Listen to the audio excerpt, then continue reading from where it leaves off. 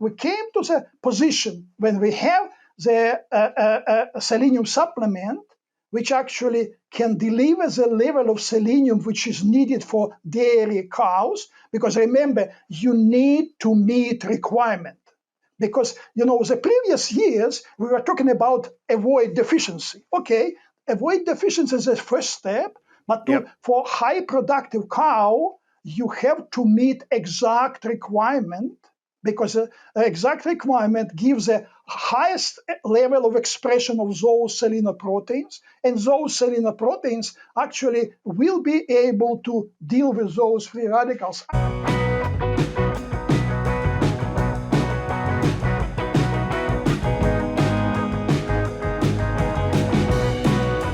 Welcome back to the Dairy Podcast Show, brought to you by Wisenetics. I'm Barry Bradford from Michigan State University. Today, we're diving into a vital but often overlooked topic in dairy nutrition, selenium. We're joined by Dr. Peter Surai, a world-renowned expert on antioxidants. Peter, thanks for joining us today. Thank you very much for inviting me. So, Peter, tell us where you're working right now. What's your focus and where do you live? Well, I'm staying in Scotland last 25 years, but originally I was born in Ukraine. I graduated as a biochemist. I've been promoted to the professor of human nutrition there. Then I moved to Scotland 25 years ago. Or not 25, almost 30. But anyway, I moved to Scotland at the Scottish Agricultural College. I was promoted to the full professor of nutritional biochemistry. Then after that, I was involved in the commercial world for 5 years, being a head of the Department of Antioxidants. And after that, I ran my small consultancy business, but at the same time, I'm still visiting an honorary professor at 7 different universities in different countries. So this is a good opportunity to keep my hand, on the subject. Yep. Because all my life is devoted to antioxidants, and last 25 years specifically to selenium. That's how things are going. Peter has spent decades studying how trace minerals like selenium play a crucial role in dairy cow health. I asked him to start with the basics. What exactly is selenium and why does it matter in dairy cows? Yeah, selenium is a trace element which was discovered in 1817. So we celebrated recently 200 years of selenium discovery by a Swedish chemist, Berzelius. And what is interesting is that in 1930s, selenium toxicity was discovered, actually in the US, when some cattle was affected by a specific disease called alkali disease, when hoof and hair were affected. And then later, in 1957, selenium essentiality was discovered, which means that selenium is an essential element for animal and human nutrition. And later, in 1973, the specific enzyme called glutathione peroxidase was actually described as selenoprotein. This means that at that time, we realized what the biochemical mechanism of the selenium involvement into the biochemistry.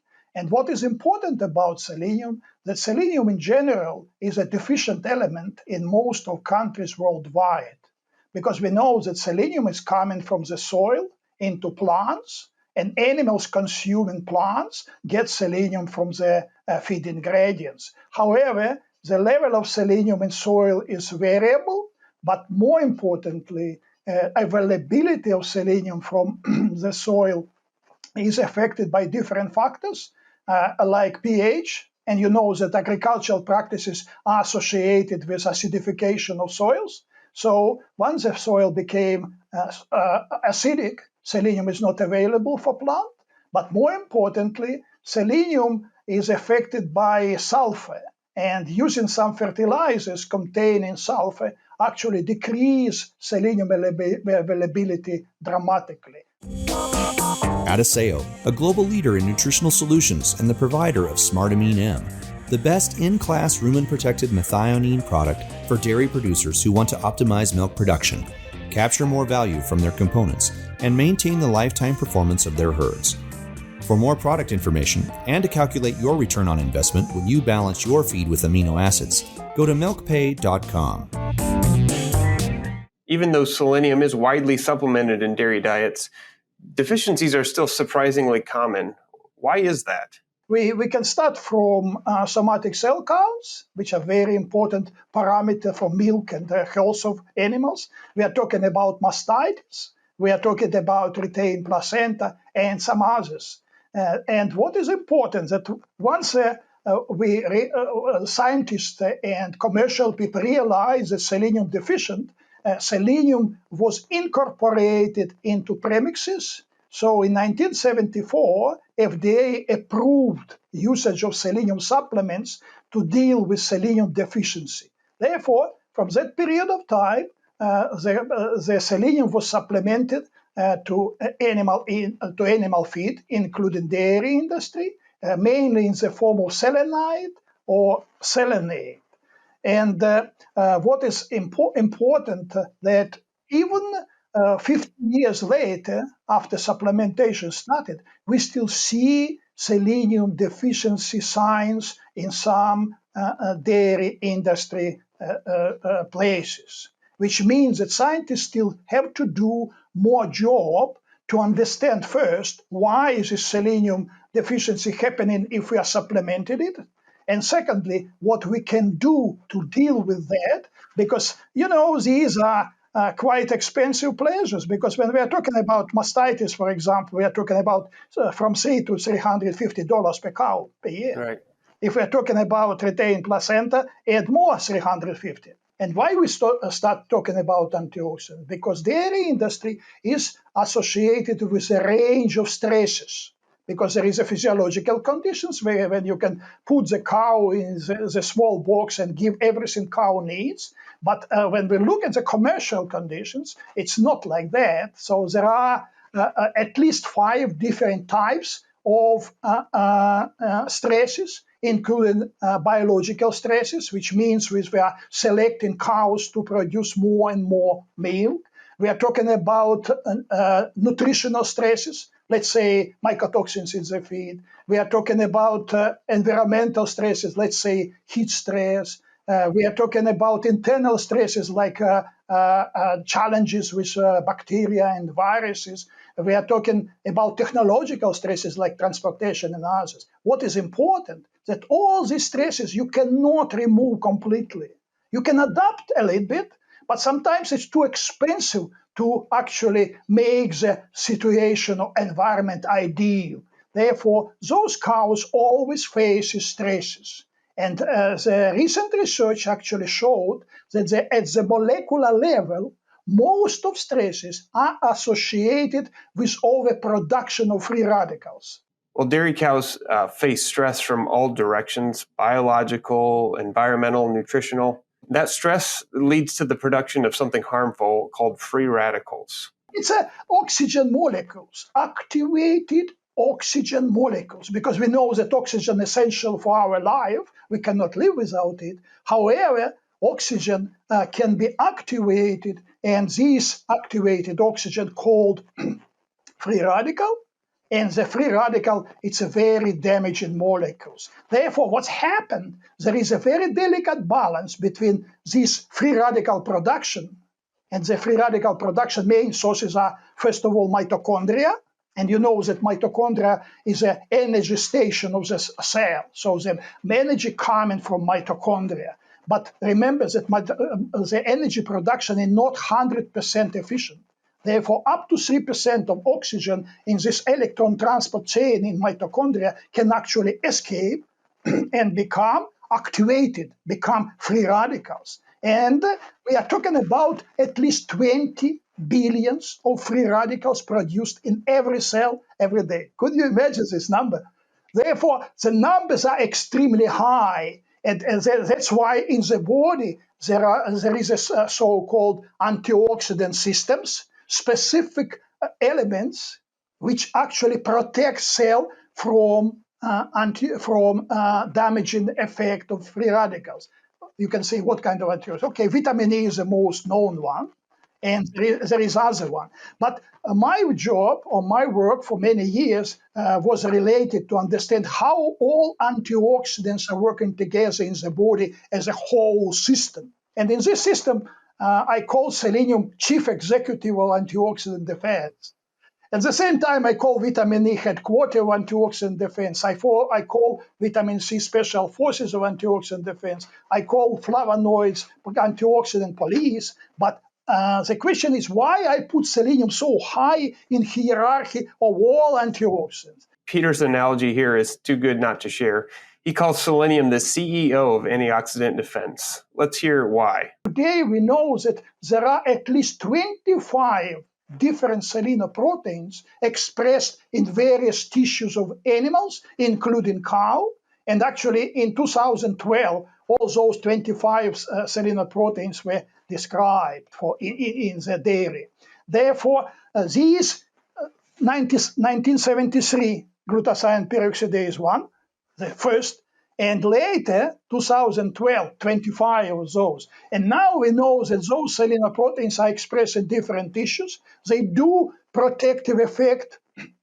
They interact with various other antioxidants. And that's why I call selenium the chief executive of antioxidant defense.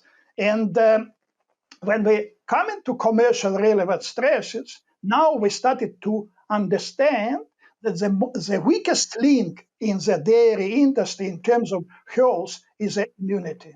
The immune system is the most sensitive system to various stresses. Therefore, in conditions of various stresses, I mentioned those 5 categories of stresses. In those stresses, immune system is suffered first. And once immune system is compromised, then you have somatic cell counts. What are they? These are phagocyte cells. It's phagocyte cells which are needed to kill pathogen. By the way, those phagocyte cells actually a very big source of free radicals, because what they do, like neutrophils and macrophages, what they do, they produce a lot of free radicals like a chemical weapon.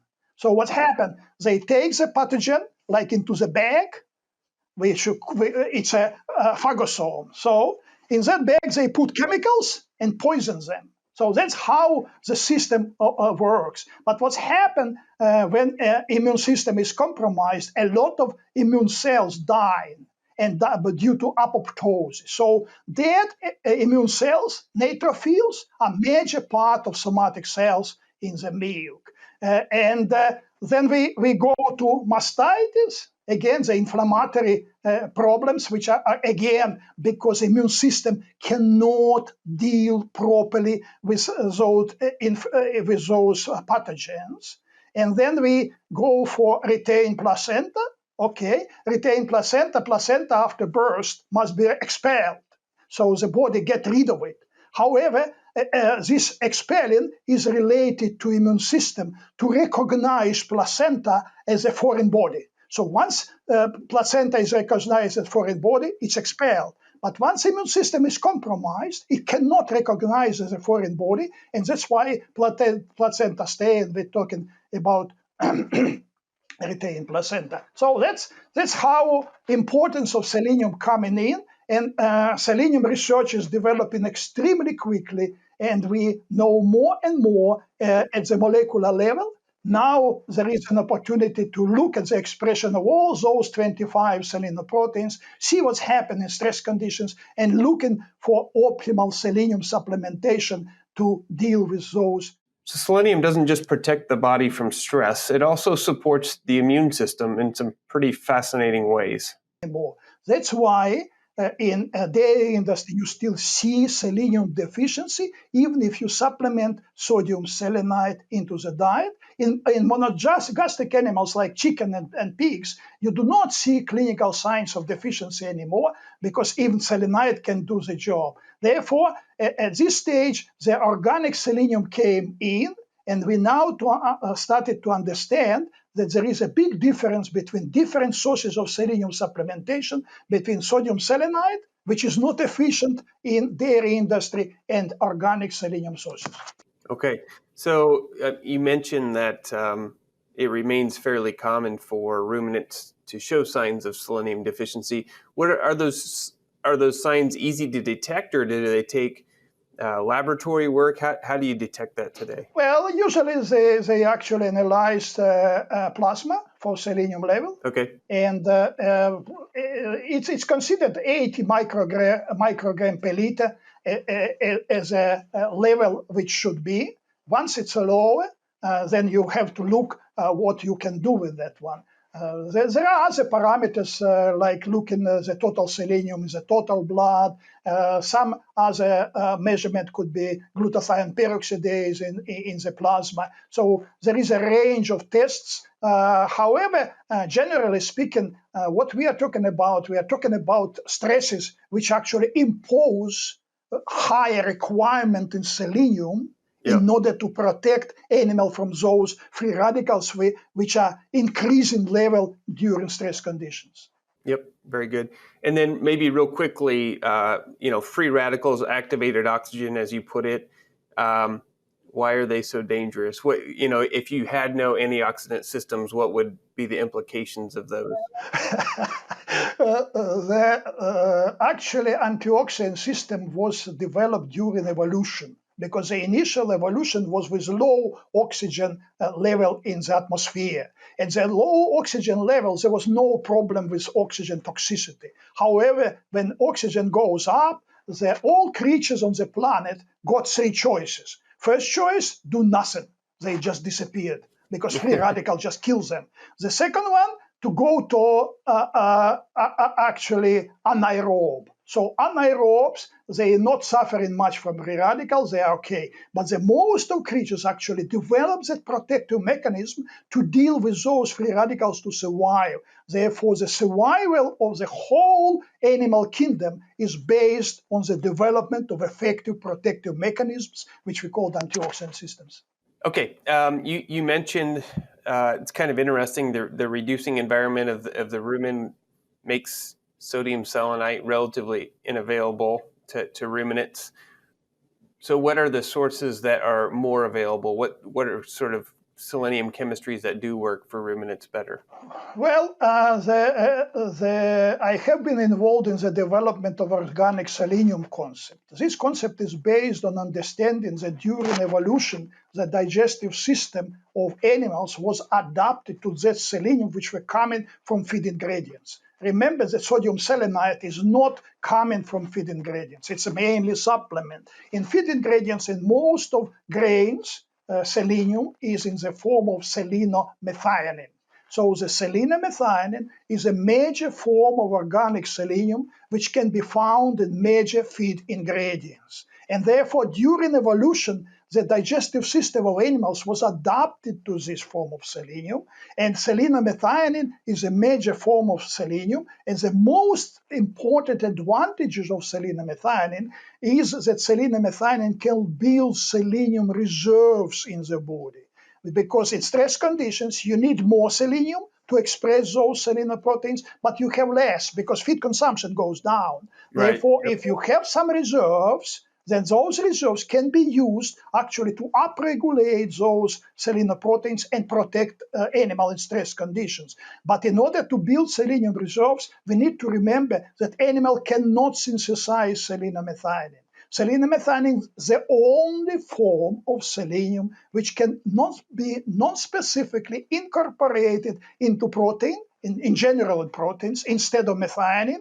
And by incorporating, for example, into muscle, there is a building of selenium reserves. So in stress conditions, what's happened? In stress conditions, the protein catabolism, the process is usually a response to stress. During protein catabolism, selenomethionine can be released from those proteins when it was incorporated and can be used as an additional source of selenium in stress conditions. Okay, so if sodium selenite isn't cutting it, what are the better alternatives for dairy cows? The organic selenium concept is based on understanding that selenomethionine is the only form of selenium which can build selenium reserves, and there is a proof that actually in stress conditions, these reserves can help.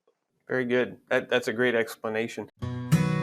typical fresh cow incidence of clinical hypocalcemia is 3 to 6%, while subclinical hypocalcemia affects 50% or more mature cows. Based on cutting-edge research, Exelite offers a new approach that is build effective and the ZDUs. For more information, visit www.protecta.com. And just help me understand, you certainly see selenomethionine products with that term on the market. You also commonly see selenium yeast. I assume yeast are incorporating selenium into methionine. Is it essentially the same form then? Yes. Actually, when we look at the selenium supplementation or selenium supplements, I consider 3 generations of supplements. Okay. The first generation from 1974, when FDA approved, it was sodium selenite and selenate. I already told you that it's not efficient for cow. Therefore, it's still used because it's actually byproduct of copper production. So when copper is produced, you have on one electrode copper, on another electrode selenite. So selenite costs nothing actually. And most of selenite is used for glass industry, but a small amount is still coming to agriculture industry. Therefore, supplementation of premixes for ruminant with sodium selenite, it's the supplementation of yesterday. Therefore, the third generation came. First, it was seleno yeast. So what's happened? When you produced yeast during fermentation, sulfur was replaced by selenium. And because sulfur and selenium chemically are very, very similar, therefore yeast cannot distinguish what is what. And instead of sulfur, it takes selenium. And instead of methionine, it synthesizes selenomethionine. Okay. Here you need to remember that selenite is very toxic. And therefore, for those companies which are producing seleno yeast, they have to do a lot of selective work, selection of yeast of resistant to sodium selenite.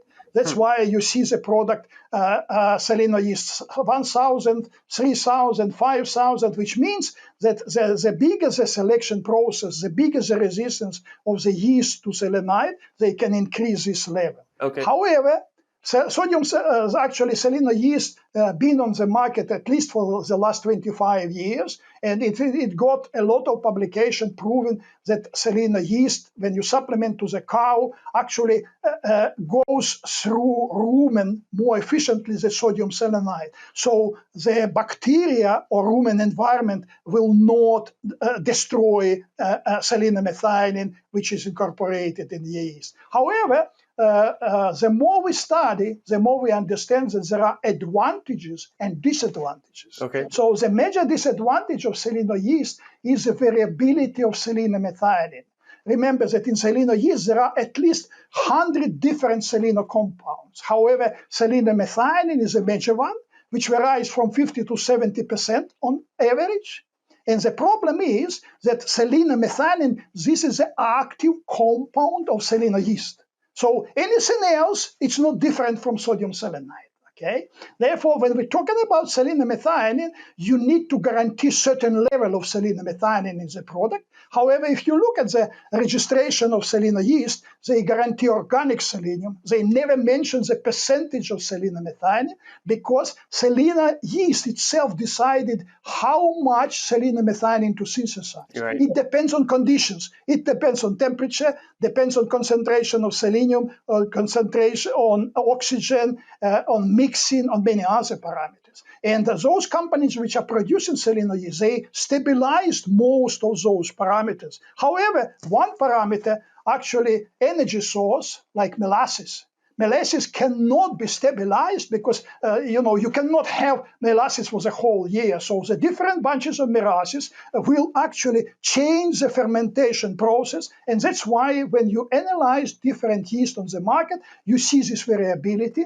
And when you buy seleno yeast, you actually, you don't know exactly how much of active compound you buy. So you pay 100% of money for, 70% of money or even less. That's a major problem. There is another problem, analytical, because to determine selenomethionine chemically, it's a very difficult process, and there are only a few labs in the world who can do proper job. Therefore, testing all seleno yeast are very difficult task. And recently, another problem came in. actually up to 10% of total selenium in selenoids is elemental selenium, which never been described before. And we know that elemental selenium is not available for animals. That's another problem.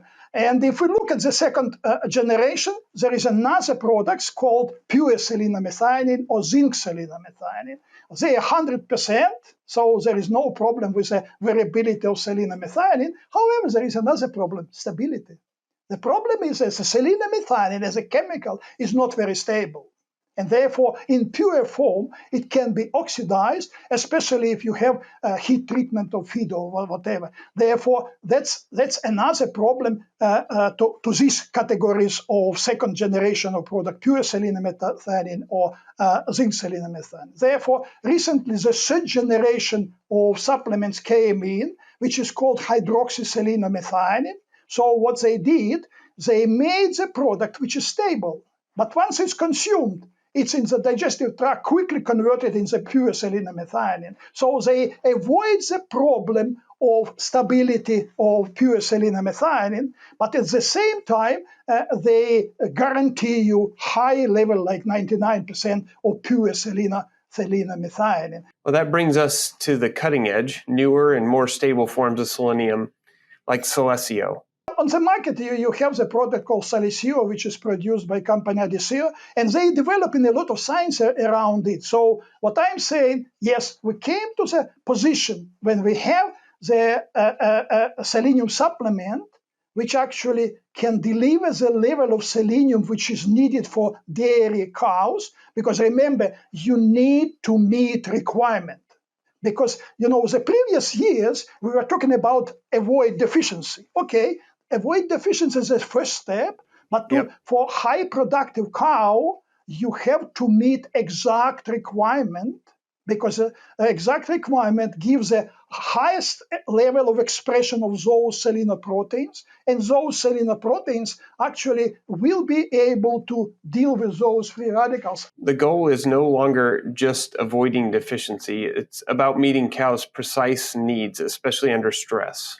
Actually, recently, I published this book, which is Selenium in Ruminant Nutrition and Health. It's 600 pages. And whatever I'm talking about selenium in ruminants, it's written there. And it's also interesting that 20 years ago, another book came in. Anyway, 100 pages chapter for selenium in ruminant 20 years ago became 600 pages in new book, which is came in recently. Therefore, what I'm saying that we have three generation of supplements. There is plenty of science to prove that second generation and then third generation, even better, can meet selenium requirement, can help animal industry, including dairy industry, to meet selenium requirement. And this actually can actually help for farmers to choose proper selenium forms, because I did not mention that because sodium selenide is not effective, therefore in dairy industry there are other forms of selenium to supplement like salt, selenium salt, like injections and many drenches and many other things. So those forms of selenium, still sodium selenide, they help in a little bit, but they still not solving the major problem. And I hope that the organic selenium, especially in the most effective form, can help to solve selenium deficiency worldwide. And once we solve this problem, we meet selenium requirement, then we have optimal expression of those selenoproteins. And most importantly, in these cases, we will keep under the control inflammation. So how exactly does selenium help regulate inflammation? Because inflammation is a major molecular mechanism of most of those diseases which I mentioned due to selenium deficiency. And today it's proven that optimal selenium status actually help to maintain so-called redox balance. Redox balance is a balance in the cell between antioxidants and pro-oxidants. You actually can put electrode into the cell and determine that redox potential. So redox potential is very important element in regulating of many different genes. And actually, there are at least two most important transcription factors, which actually one transcription factor, which is regulate antioxidant called NRF2, which is responsible for synthesis of more than 200 of different antioxidants. Another transcription factor called NF-kappa B, which is responsible for synthesis of pro-inflammatory cytokines. Remember that inflammation is a protective mechanism. So when inflammation started, the actually tissue create hostile conditions for pathogens. So they try to keep pathogens out of proliferation. However, what the problem is that once job is done, inflammation must stop. Once inflammation stops, everything is okay. However, in most of cases, especially when this redox balance is broken due to, for example, selenium deficient, the inflammation did not stop, and you go for inflammation, which is a long period of time. And in this case, you have damages, and those damages related to damages to immune system, relate to the damages to different tissues, and you have to keep inflammation under the control. And in this case, NF-kappa B producing or simulating genes which are producing pro-inflammatory cytokines, and the balance between anti-inflammatory and pro-inflammatory cytokines determine how inflammation stops. We called it resolution. So the inflammation resolution, that's a point where scientists are still working to understand how we can deal with it. And most of science actually showing that this redox balance in the cell is responsible for maintaining that inflammation under the control. Very good. If you're interested in diving deeper into the science, Peter recently published a 600-page book on selenium in ruminant nutrition. It's time for our famous three. Tired of seeing your herd slip and fall? At AgriTrack, our traction milling process transforms your barn floors with 360 degrees of traction, reducing slips and falls while improving cow comfort and preventing lameness, resulting in a healthier herd and a more profitable farm. Visit agritraction.com to learn how we can help keep your herd healthy and your bottom line strong. Well, we've got some wrap-up questions. Speaking of books, and I'll give you a free pass if you want to name your own book, but we always ask people a few questions. First is, what's your favorite dairy-related book or resource or livestock-related? Well, in terms of dairy books, there are plenty of those which I'm using, but nutrient requirement in dairy cattle, that's something which I most often coming in. Just look once more. And what is also important that remember, those requirements are mainly in stress in the physiological conditions. Now, for me as a biochemist on background, and having these all experiences with industry, I try to understand how we can deal with a physiological requirement and requirement in stress conditions. Therefore, that's why that's the hard part. I go to that book once again and again, try to understand what to do next. What about your favorite book or resource outside of agriculture? Well, Byron poetry probably, that's something which actually I love most. So when I have some time to relax and to be romantic, I go and read like Could You Love Forever, Lanreicher River, and Times Endeavor Be Tried in Vain, No Other Pleasure, and so on and so forth. So that's something which is keeping my mind high, spirit high, and keeping my mind on rest. Excuse my ignorance. Did Lord Byron live in Scotland, or wasn't he kind of in the English countryside? In English poetry. In Scotland, we have Robert Burns. So Robert Burns poetry, that's something which Scottish people are most proud of. If you want to be friendly with Scottish, just go tell them that you know Robert Burns' poems, and you will be treated like a king. That's good advice. I like that. Okay, very good. Last question. In your opinion, what sets successful dairy professionals apart from those who are less successful? I think the most important part to keep with science. I think that those dairy industry professionals who are keeping with current science, having all that current knowledge, and they will be much more effective in, in solving those problems because dairy science is developing very quickly. For example, I mentioned those transcription factors. They came on stage for dairy industry maybe during last 15, 20 years only. Yes. And therefore, the more we understand how system works, the more reliable will be our recommendations, for example, for consultancy, or our recommendation what to do with specific cases in dairy industry. Well, thank you, Dr. Peter Surai. It's been a pleasure. Maybe on the next podcast, we can do an audiobook recording of your 600-page book.